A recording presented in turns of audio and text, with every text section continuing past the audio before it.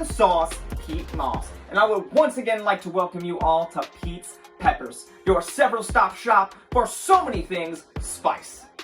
It's been too long, guys. I've missed you guys so much, and it's a great occasion as well. This Saturday marks UFC 269, where we will see two amazing title fights when Amanda Nunes defends her bantamweight title against Juliana Pena, and Charles Oliveira will defend the lightweight title against Dustin the Diamond Poirier, who, as you may be aware, collabed with one of my favorite brands of hot sauce, Heartbeat, to make these two amazing concoctions right here. Mixed martial arts over the past year has become a little bit of a guilty pleasure of mine. I still don't know too much about it, but I've been trying to gain a little bit more knowledge through watching it. So I'm going to go over this main card right here, and if there's some things that I may not know about it, if there's some things that I may get wrong, please feel free to fact check me in the comments. But I think I did a pretty good job of going over these main card fights, and let's sample some of these sauces right here, eat some wings, and have some fun. Before I go any further, I do have to make some plugs. One of them is the wings that I got. The Carios. Gotten them on the show a number of times before. I've never had a reason to regret it. Their wings, their pizza, their pasta, always top notch. They recently just relocated to a location on the south end of my hometown in Mount Fountain. And if you ever get a chance, look them up, give them a try. You will not be disappointed whatsoever. Also, bit of an odd combination, coffee and wings, but I personally seem to be a fan just because I'm weird like that. My friend Mr. Braden Campbell, he was on the Truth of Dab episode a few months back. He runs a shop called Native Coffee. Definitely give that a shout. Give him a follow on Instagram at Coffee Wizard. You will not be disappointed, I promise you. And also, everything I'm wearing on my body, Boohoo Man. Check the boxes. And for the record, none of these are paid advertisements. None of these people are paying me to say these things. I'm saying them because I like them. I say them because I genuinely am a fan of these things that I am eating, drinking, and wearing. Okay, so we're starting off with a few sauces that I got a number of months back, but I never got the chance to try. They've been sitting in my fridge for months now, and they haven't even been opened yet. This first one is Ghughes Mango Habanero. It's relatively tame, which means by the time we get to the main event right here, that I haven't tried yet, I'll be able to handle it. So this looks like it's based out of Boardman, Ohio. Hey, definitely. So for the most part, this looks like something that I can handle. It doesn't give me much. It's got an Instagram page and it's got a Facebook page.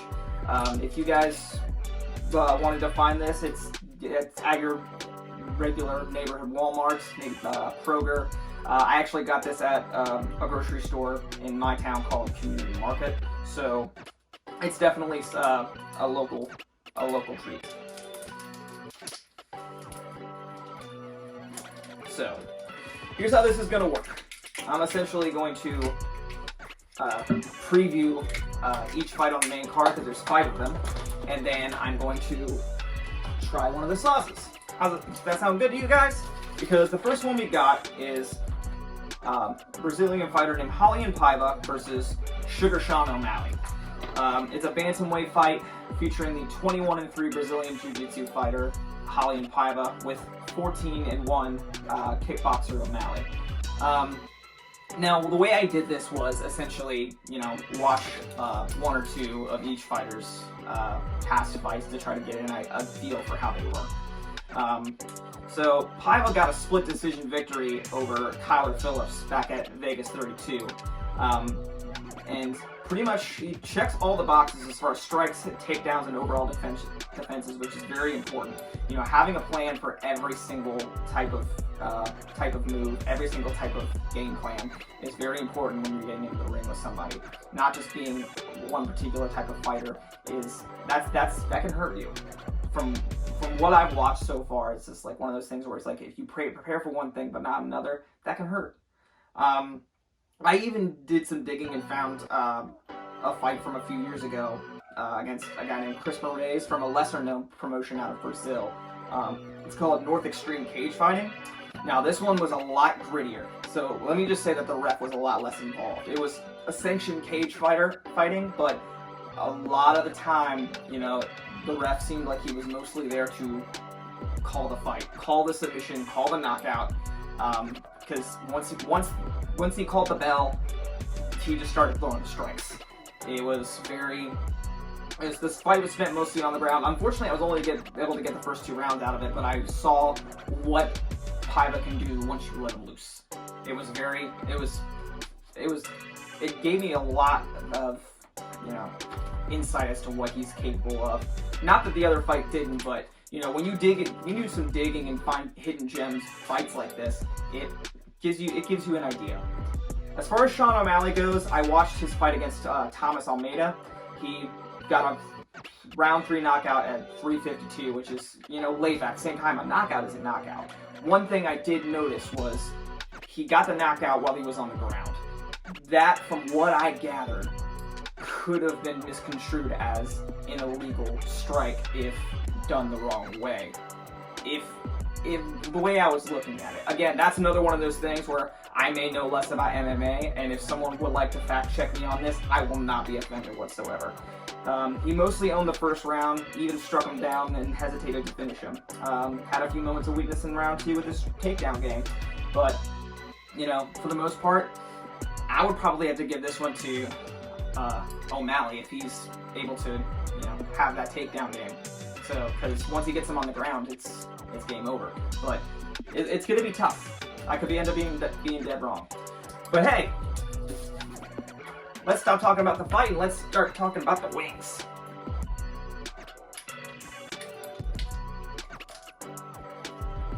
If I can get this thing off.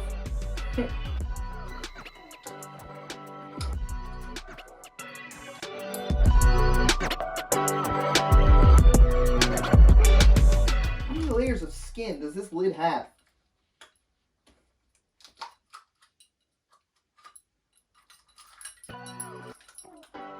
Alright.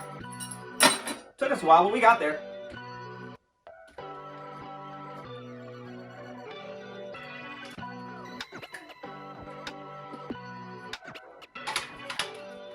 I gotta love flats.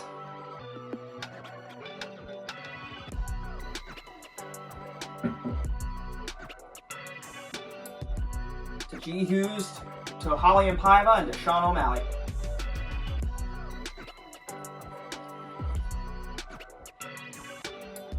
Ooh, that's really sweet.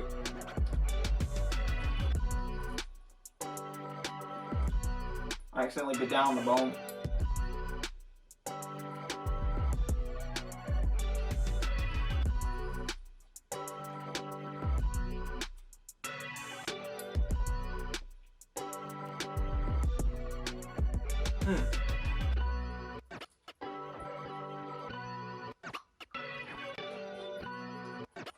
If there's any wings left by the time I'm done with this whole thing, I may sample some of that. If you want to invite somebody onto your show that does not normally do like the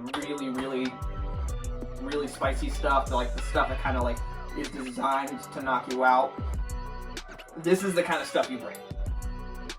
Like, I have friends who have said they wanted to come onto my show, but they didn't want to try stuff like The Bomb and Mad Dog and, you know, The Last Dab and things like that. They wanted slightly tame stuff, you know, that they could just sit there and enjoy and, like, talk to me and things like that. These are the things that I'm bringing. Alright, so the next fight we got on the card is a flyweight fight between Kai Kara-France and Cody Garbrandt. Kai Kara-France is a 22-9-1 blue belt Brazilian Jiu-Jitsu fighter, and he's number 6. Garbrandt's 12-4, and he's number 7. So that's a pretty good fight we got on our hands. Now, here's the only downside from when I was doing research on this fight. I couldn't find any fights that either of them had won. But obviously, they're both good at what they did, and I was able to find things, you know, that made them look good, and able to find things that, you know, brought them to the table as far as this fight is concerned. I caught Kara-France's fight from UFC 245 against Brandon Moreno. He maintained strong striking control in round 1. Pretty even in round 2 and 3, and most of the fight was spent vertical. I also caught his fight from UFC 253 against Brandon Royval, and he had a great strike game against Royval's ground offense that worked against him when he was submitted in round 2. Garbrandt's fight against UFC Vegas 44 against Rob Font, he was in a bad place strike-wise, and he had the wherewithal to meet with the takedown counter in round 1. It was very effective. He had a very effective ground and submission game on display in round 2, as displayed by his Kimura. He lost control in 3 and 4, and he was maintaining an effective takedown game, though it just was simply answerable. So it was basically just Rob Font was the better guy at that point. Strikes began to improve gradually, and then despite of that unanimous decision loss, he began to hang in there, and he ensured that his endurance was a good weapon. So I'm thinking if it goes to the judges, it might be Garbrandt that takes this one. But, you know, again, could be wrong. So, the next one I'm going to try is beat up Asian Zing, and you're probably wondering why this one would be on there, and I'm going to give you an honest answer. I've gone to beat-ups so many times over the years with my friends, and this is what they usually get. I've never had this before. This is my first time ever trying Buffalo Wild Wings Asian Zing. So, we're going to give this a shot.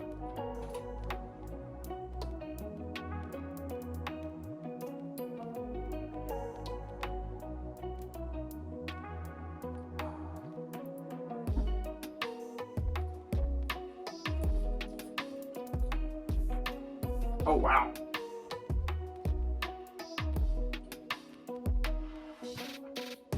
History is being made right now.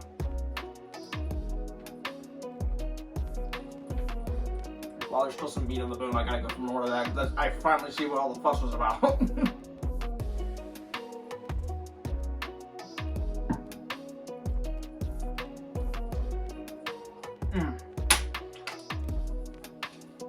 Wow. That is, even though it may not be the same as what you actually get at the restaurant, because I'm still not 1000% convinced that the grocery store counterpart is actually the same, that made my day. And I'm gonna need that, you know, going into our main event, because I'm still not sure what that's gonna do to me.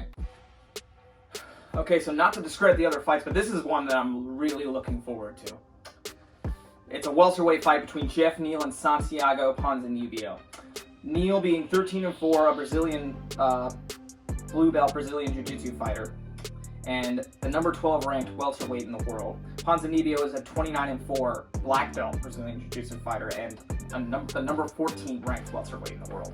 So this is another fight where both fighters have skills that more or less mirror each other and ranking levels that more or less mirror each other. It's something where, you know, it's really hard to call, but I did manage to scout them a little bit and see, you know, what to look for and things like that. Neal had a laser-focused knockout victory against Mike Perry some time back. It's on UFC's YouTube page. It was 1:30 into round 1, and he was just laying him in there, and there was never really an opportunity for Mike Perry to get any sort of offense in. Before you knew it, Neal had him down. There's not a whole lot for me to say other than that. Outside of that, he had another fight in 2017 from Dana White's Contender Series against Chase Walton. This is another first round victory, about a minute 56 in. He spent most of the fight on the ground and still managed to come out on the other side, you know, just laying him in there. Now, Ponzinibio is another story where his endurance is what won him this fight here against Miguel Beza. Unanimous decision, 29-28 across the board. The first round saw him, you know, very weak with a lot of leg kicks, but once he, you know, made it through round 1, he spent the rest of the fight just flurrying. And if he can make it through the entire fight, and make it to, you know, and let his endurance to his advantage, play his endurance to his advantage, I should say. He should at least have a shot. You know, for me, the strength for Jeff Neal is going to be, you know, finishing the fight quick. That's what I think it's going to come down to. But again, this is one of those areas where I think someone who either practices or even watches MMA on a regular basis might know more about this than me and can easily fact check fact check me on it, and I would not be offended. I cannot talk today. I'm very sorry. But let's try Melendez. This is dedicated to my sister, whose name is Mindy. Mindy, love you. Ghost pepper sauce right here. So, I'm expecting this to have some kick, but not be super tame. That's how ghost pepper normally works.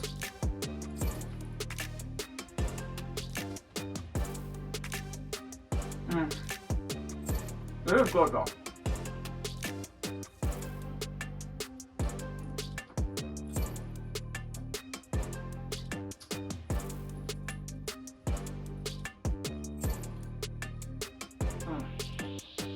That's good.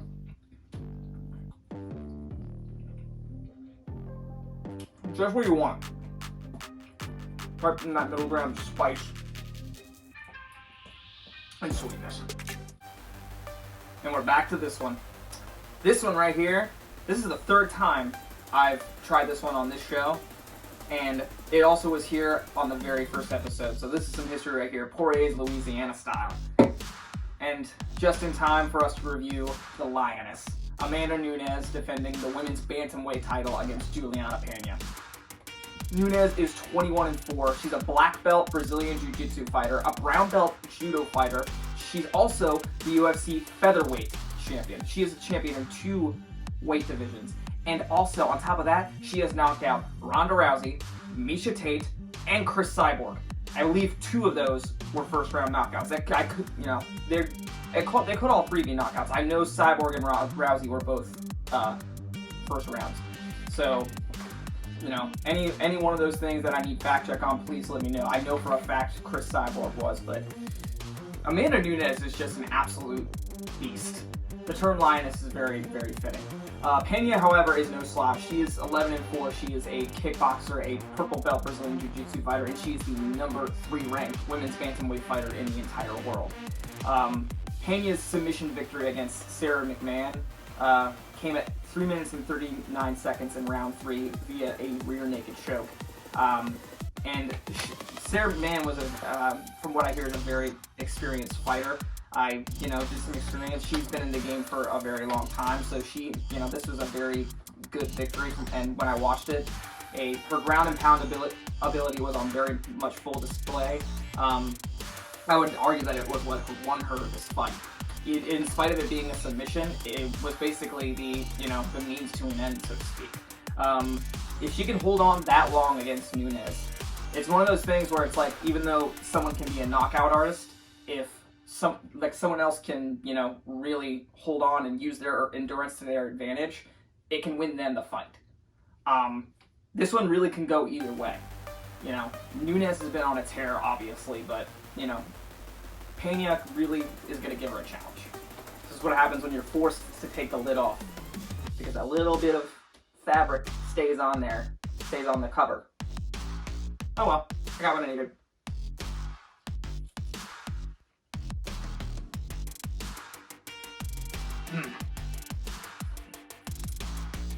That was good. Heartbeat hot sauce in the diamond really got something here. And just for the record, I have been putting this on pretty much all the breakfast that I have now. It's great on your eggs. It's great on your bacon.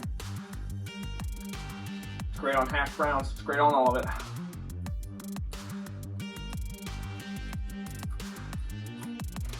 Dustin the Diamond and Heartbeat hot sauce really have something here.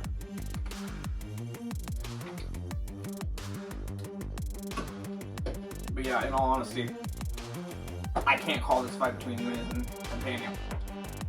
It's really just going to depend on how long it goes. Simple as that. Now let's talk about the main event. Charles Oliveira defending the lightweight title against Dustin the Diamond Poirier. Oliveira He's 31-8. He's a third-degree black belt Brazilian Jiu-Jitsu fighter, and he's the current UFC lightweight champion. And he's also had experience at featherweight and welterweight. Poirier, however, is 28-6. He's a black belt Brazilian Jiu-Jitsu fighter, and he's the #1 ranked lightweight in the world. He's the #1 contender. I did scout Oliveira's interim title win against Michael Chandler. He is no slouch in his own right, so he knocked him out in 19 seconds of round 2. Threw him off immediately with a leg kick in the first round, and then went 0 to 100 in the second round. Like once you saw them go at each other, boom! It was lights out. And he's also charismatic. Once he hit that knockout, he exited the cage immediately, started hanging out with the fans. You can tell this guy's just a man of the people. I rewatched Poirier's second fight against Conor McGregor back in January. That fight, like that TKO win, was just something else. It was 232 in round 2. It genuinely could have gone either way, but what won it for Poirier was his ability to stick and move.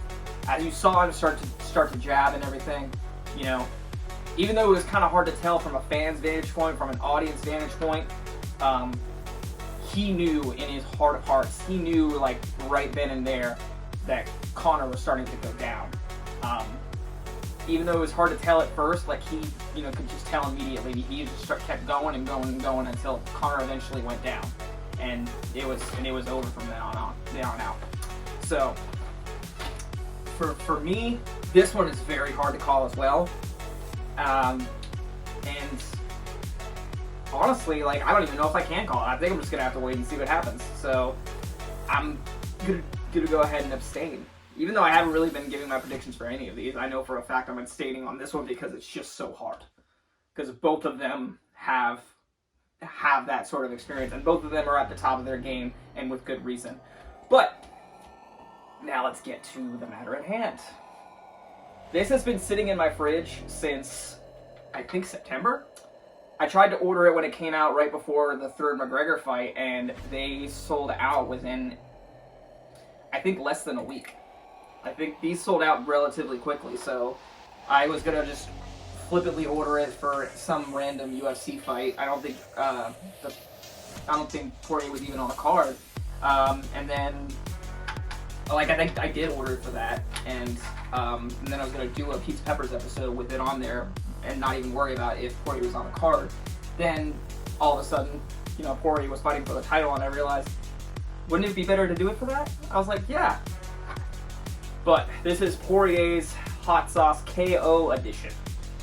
So this is just essentially an upgrade from that. So this is probably going to be the more epic version. It's got ghost peppers in it, so which means we're probably going to have a little bit more of a kick.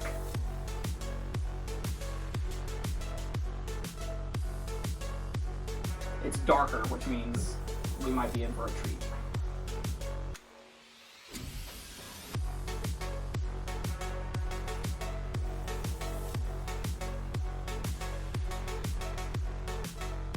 It's actually really good.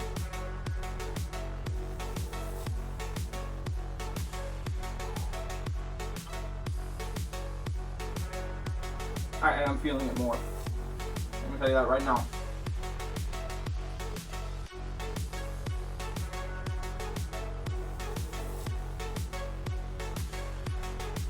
Just a little bit more.